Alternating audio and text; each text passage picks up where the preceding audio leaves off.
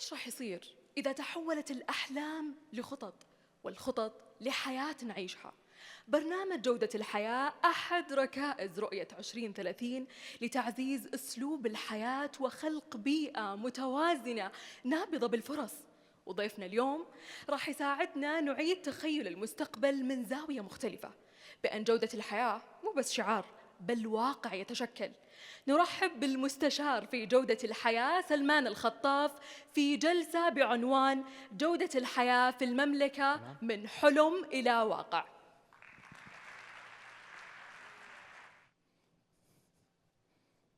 السلام عليكم، ومساكم الله بالخير جميعا. تخيلوا معي هذا المشهد: تبدأ يومك في مدينة ذكية، تفتح نافذتك لتستنشق هواء نقي، تتجه إلى أقرب منتزه من بيتك مشيا لبضعة دقائق لممارسة رياضتك اليومية، وأنت راجع البيت تمر على مقهى جاركم المحلي للاستمتاع بقهوتك المفضلة، ثم تعود إلى منزلك لتتجهز ليومك للذهاب إلى بيت ثقافي للمشاركة في ورشة عمل. هذا المشهد ليس مجرد أخذناه من فيلم أو رواية، إنما هو يوم عادي في ظل رؤية المملكة 2030.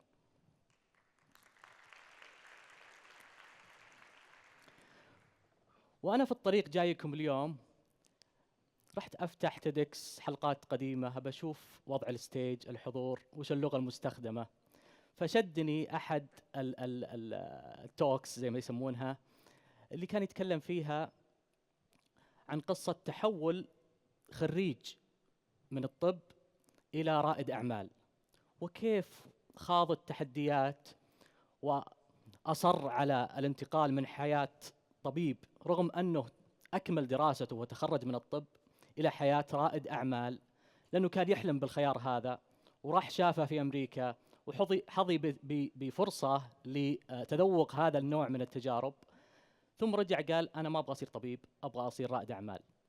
بعد ذلك تكلم، القصة جميلة جدا وأنصحكم تشوفونها، فيها مواقف إنسانية جميلة ورائعة من الجامعة ومن الطالب نفسه وأسراره. لكن اللي شدني أكثر كان يتكلم عن تغيير مفهوم أنه نحن لا نعيش مرة واحدة في هذه الحياة. صحيح أن تعريف الحياة أن تبدأ بالولادة وتنتهي بالوفاة وسلسلة أحداث فيما بينها، لكن النظرة هذه للحياة بالشكل هذا أحيانا يحد من خياراتنا. اليوم لا نبغى نعرف جودة الحياة، كيف ممكن نعرفها؟ جودة الحياة ليست مجرد معايير نلتزم فيها ونقول عندي جودة حياة. جودة الحياة هي إتاحة هذه الخيارات، كيف نبني أسلوب حياتنا، كيف يكون عندنا الرفاهية أن نقدر نختار ما بين حياة وحياة أخرى وتجربة أخرى. هذا اللي اليوم المملكة يعني اهتمت فيه بشكل كبير، وأفردت له برنامج في الرؤية مخصص اسمه برنامج جودة الحياة. أتشرف أني أنتمي له، وجيت اليوم أوريكم وش ممكن تكون حياتنا في ظل هذه الرؤية.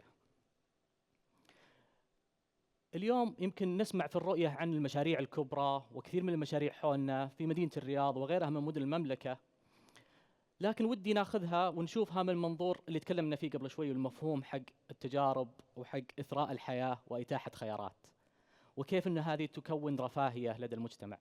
فلما نشوف مثلا زي مشروع القدية في الرياض، هو ليس مجرد مدينة ملاهي، رغم أنها الأكبر في العالم وفيها أكبر تجارب ترفيهية في العالم، إلا أنها ليست مجرد ذلك.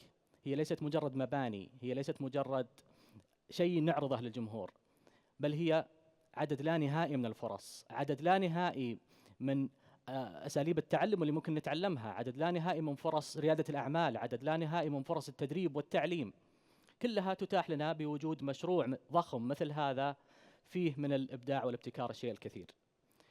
اليوم لو شفنا كذلك مشروع الرياض الخضراء، هو المشروع اللي راح يحول مدينة الرياض إلى حديقة مفتوحة، هو المشروع اللي يهدف إلى خفض درجة الحرارة في مدينة الرياض، هو المشروع اللي يهدف لأن ينقي جودة الهواء لتستمتع في بداية يومك باستنشاق هواء نقي بإذن الله. مشاريع نيوم وأمالة والبحر الأحمر كلها مشاريع لتغيير وجه السياحة المستدامة في العالم، لخلق فرص وظيفية لا نهائية، لخلق فرص وتجارب وابتكارات كلها نقدر أن نكون جزء منها. اللي نبغى نوصله اليوم يمكن أكثر رسالة تهمنا هي كيف نعيش حياتنا وكيف نعرف أسلوب حياتنا. ترى التعريف هو تعريف ذاتي. أين نعيش وكيف نعيش وما هو المستوى المرضي لنا، هذه باختصار هي جودة الحياة. إتاحة هذه المشاريع، إتاحة هذه الخيارات هي دورنا اللي قاعدين نحاول جاهدين لأن نحققه. أنا كجزء من المنظومة الحكومية الضخمة بكل أذرعها وكل أجهزتها التنفيذية والاستراتيجية والداخلية والخارجية تهدف لنفس الهدف هذا. كذلك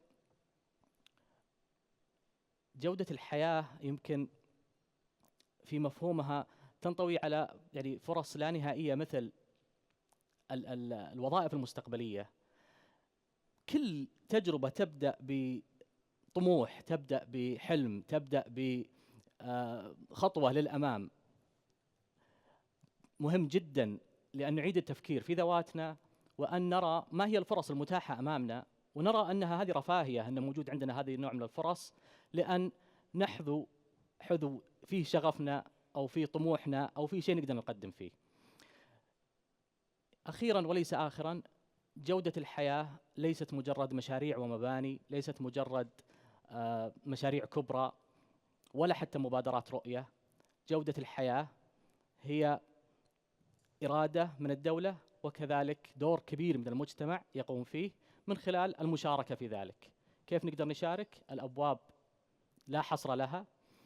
تقدر تشارك بكونك تتعلم معرفة جديدة من خلال هذه المشاريع، تقدر تشارك بأنك تمارس وظائف موجودة اليوم وخلقت في هذه البرامج والمشاريع، تقدر تمارس من خلال التطوع، تقدر تمارس من خلال الابتكار وريادة الأعمال. هذا اللي حبيت يمكن أوصله لكم اليوم، وأعتذر على الاختصار وشاكر لكم. يعطيكم العافية.